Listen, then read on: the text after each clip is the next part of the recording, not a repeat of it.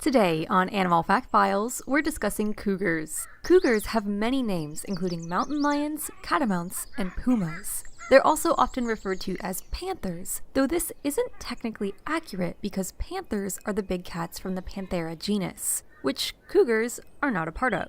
Cougars may be referred to as black panthers as well, but that's actually doubly inaccurate because not only are they not panthers, they also have never been documented appearing black in color. Still, that doesn't mean that there aren't numerous claims of black cougars stalking American forests, so they may still exist.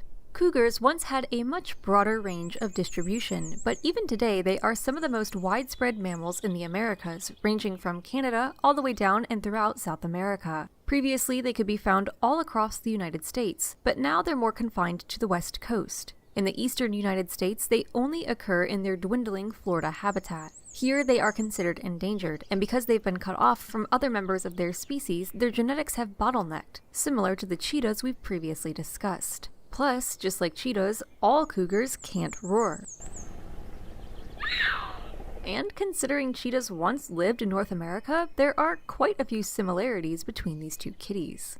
In the past, cougars could be found in just about every terrain type, but today they live mostly in mountainous areas away from people, though they have been found in urban settings. These large felines generally avoid people but do sometimes take human life. Because of this, and their habit of occasionally killing livestock, cougars have been persecuted by humans as a type of vermin. When they aren't munching on ranchers' cows, cougars eat other large ungulates such as bighorn sheep, deer, and sometimes even moose. In doing so, the cougars help to control populations of these animals. They may also eat armadillos, rabbits, skunks, and other smaller prey items if chances arise.